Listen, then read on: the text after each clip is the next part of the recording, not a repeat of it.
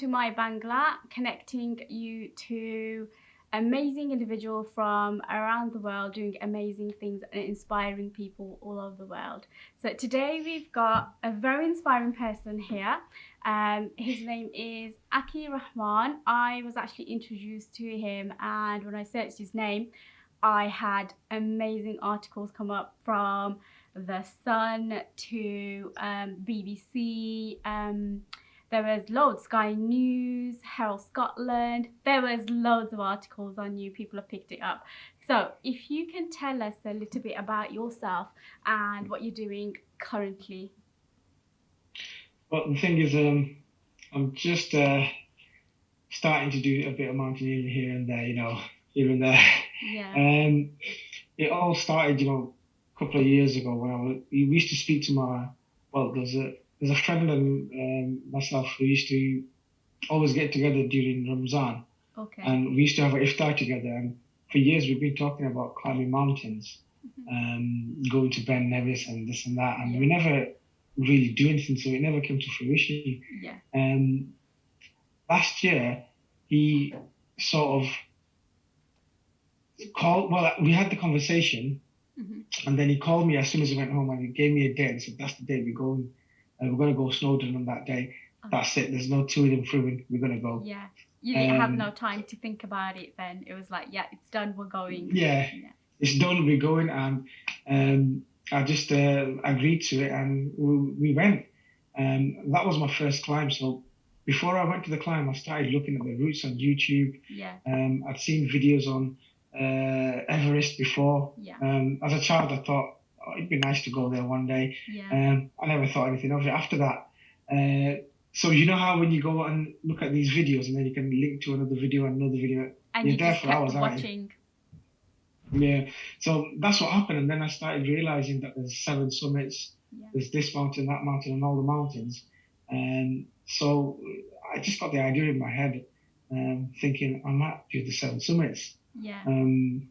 At that point, I decided that if I go to Snowdon and I liked it a little bit, or I said to myself, if I hate it one little bit, that's it for mountaineering for me. Well, I did read that you did say we'll do, I think it was Snowdon, we'll do Snowdon, and then as soon as you came back within a couple of days, you booked, didn't you? You thought, I like this, I'm going to book it. Yeah. So that's basically what happened. Yeah. As soon as I got home, a few days later, I booked an expedition to Elbrus, and that was it last year. So you have, obviously I've found out that you are actually a former amateur athlete, and you took up mountaineering last year, and obviously you've explained that it was just one of them things where you and your friend, you thought, let's just do it. But I did also come across when you said that obviously you want to show people within our community, the Bangladeshi community or Asian, that it's about fitness more than anything too. Because obviously within the BAME society, community society as well, fitness it's non-existent. You don't do it, it's something we do. So I guess that's something you were trying to put across too. How has that impacted the people that are most dear to you and around you? How do they look at you, and are they venturing out and doing things as well? Well, they are, to be honest with you. We've got like a running group. Yeah. I mean, as a child I was an athlete. I've done some decent things. I was triple jump champ of Great Manchester, and I used to run the 100 meters at the age of 14 in 11 and a half seconds. Oh, amazing. But to be honest with you, you'd be surprised to think that I'm probably in the best shape of my life as we speak right now. And people around me, they've taken heed to what I've done, and they've started running, and I see a lot of people running outdoors. I've got a running club Tuesdays and Sundays with a bunch of my friends. Yeah. Other people do come now and then, so it's impacted. I'd like to think that I've had a positive impact. I don't know for sure, but I hope so. I think that's amazing, honestly. When it comes to running, I did used to last summer do a little bit of running, and it's amazing how just running can improve your health. And having something like that, which you mentioned, is absolutely amazing. A running group, more so directed towards women as well, because when you're in a group, you feel safer, and then you're more inclined to get out and do it. So you also mentioned that you wanted to leave a legacy for your children and obviously just the people around you? Do you feel as if you've come to that point where you feel like you're a different person? Because I think, in personal opinion, you're not a normal person anymore. What you've done is absolutely amazing, and it takes hard work, determination. Honestly, me watching your videos and looking at your Instagram as a Bangladeshi British, I felt proud. It's amazing to see that because not a lot of people do it. It's not normal. So, I mean, going forward, how do you think we can normalize this in our society, that doing things like that, it shouldn't feel as if it's out of our comfort zone? It should feel normal. To be honest, we need to change the way we think. And first and foremost, we need to start by getting out there and doing exercise, and get fitter. And secondly, going onto the mind frame more. We have that mind frame, like as Asians, that it's not for us or we can't do this. I mean, the hardest person to convince for me was my mum. Yeah. I mean, I told her, listen, when I was going to Elbrus last year, that was my first expedition. I said to her, look, I'm going to go. But she was like, no, you shouldn't go. We don't do that. I gave her like loads of examples. I said, no, there's 12-year-old kids doing this. I said to her, listen, the Russian people always go, they live there, they climb. Yeah. And she goes, well, that's Russian people. We're Asians. And I said to her, look, 12-year-old kids can do it as well. I mean, the website says minimum age 12. Yeah. She goes, well, they're made for this, we're not. So it's really difficult. To be honest, I think coming from our mother's point of view, I think she was more worried about your well-being more than anything, and seeing a mountain and thinking that your son's going to be going up that and then dad, it probably was quite frightening to you. However, although all the tabloids were mentioning the fact that you did Elbrus, obviously the main thing that people were quite interested about is that you did this without pre-climatization and you had just gotten over COVID as well. So how do you think that impacted you? Because to be honest, you did it should be done in several days, but you did it in a couple of days. So how did it impact you and how did you feel as you was going up? Yeah. Well, I did it in one day, less than a day. Well, okay, so it wasn't 2 days, it was a day. Yeah, alhamdulillah, I think it's. I mean, my fitness is there. I wasn't 100%. I stopped, intense training on the 6th of September, and then I flew out on the 12th. But obviously, I had certain documents that weren't correct. Yeah. The authorities in Turkey asked me to go back and travel from my own country directly. And in that mess, I came home on a Tuesday and I booked my flight to go on a Friday, but then I had to do another test, which came back positive on the Thursday, and I was meant to go on Friday. Yeah. But then, I stopped. I had to stop everything. Then everything came to a halt. So in terms of fitness, I was out for about a month, or maybe about a month or so.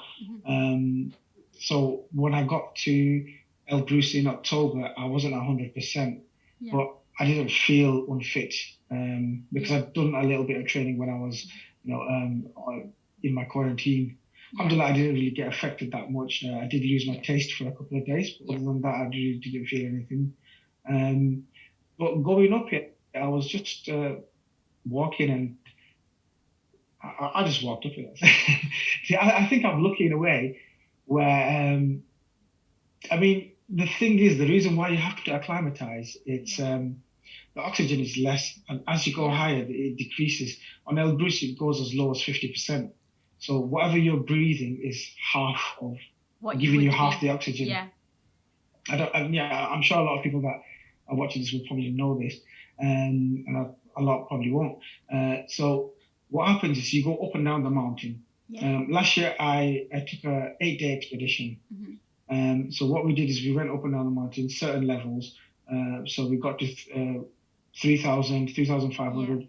I think it was 4,100, 700 or 800. And then every time we did it, we came back down. Yeah. And we let our bodies acclimatize and build up the cells to deal with the low oxygen.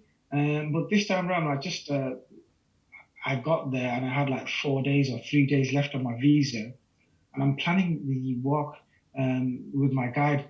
The company, by the way, last month, well, the month before when I was going to go, they had a bit of a laugh and a joke with me saying, "You're not going to do it. You can come." I think that made you want to do it a little bit more. Yeah, because I planned a 4-day expedition, and I went to Kilimanjaro on Mont Blanc, and I took a lot of time from work, and I thought I'll just do this as quick as possible. And then the 4 days was funny, and they didn't think I could do it. So you can imagine what they thought when I went for like literally 3 days. I was sat there planning it with my guide Dennis, and I just looked at him and I said, "Listen, Dennis, this is going to hurt whether we do it in 2 days or 3 days, because I had a one-way ticket and I was going to come back either in 2 days or after 2 days or after 3 days." So I looked at him and I said, "It's going to hurt either way, isn't it?" And he goes, "Actually, it's next to impossible." So I just turned around and said to him, "You know what? Why don't we just do it in a day?" And he just like freaked out and thought, "You know what? The fastest we've ever done is 2 days with supplemental oxygen, and you're saying 1 day? That's impossible." I go, "Listen, I've got nothing to lose. My visa's running out. I'm going to go give it a go. If I can't do it, I've still got another day or so in the bag. Just try again." That's amazing. So, you did it. You proved them wrong. Yeah.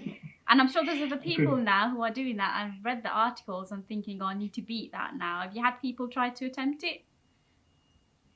No, I don't know. I mean, nobody's actually said it to me or messaged me saying that, but you know, it'd be good if other people can do it. Definitely. You know? I'm sure there's people out there. Yeah, I'm sure so. Okay, so moving on, I've got a couple of videos here. Have you got them in front of you as well? Because I did actually view them, and honestly, it's spectacular. You're also raising money as well, and I didn't want to miss this out. I didn't want to just leave this out, because although you're doing something amazing and it's amazing for yourself, you're also raising money too. So do you want to tell us a little bit about what you're raising money for? There's a couple of things I raise money for. Initially, I didn't really think about raising money. I just wanted to do it for the passion. Yeah. But last year when I went to Elbrus on the failed attempt, I managed to raise enough money to build 10 water wells in Bangladesh. Oh, alhamdulillah. Alhamdulillah, giving that money, it felt so good, and I felt like this was my calling. Yeah. So I opted to go Kilimanjaro in June, and I decided to do that for a local girls' school. They're not like a madrasa. Yeah. It's more like a girls' school where they do mainstream education, but they teach Islamic etiquette. So they needed a bit of help, and especially with COVID around, I thought, you know, I'll help them out. Alhamdulillah, I managed to raise about £8,500 for them. Alhamdulillah, that's amazing. Alhamdulillah. And then when I got back from Kilimanjaro and Mont Blanc, I did like a double whammy thing there.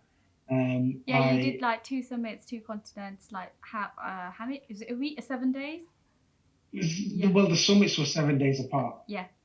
But yeah, I came back and I was sat having breakfast, and then I saw this clip about Lebanon, and straight away I knew I was going to Elbrus, and I wasn't going to do it for anything. I just wanted to do it for the heck of, you know, completing it. Yeah. And I thought, you know what, I'll see what I can raise for them, and alhamdulillah, whatever's on the link. I mean, it's not much, but it is what it is, and you know, that was my cause this time around. There was actually something that I read. It was a quote from yourself, and it was slowly it just started sinking in, the accomplishment, what I've done and how people will look at me.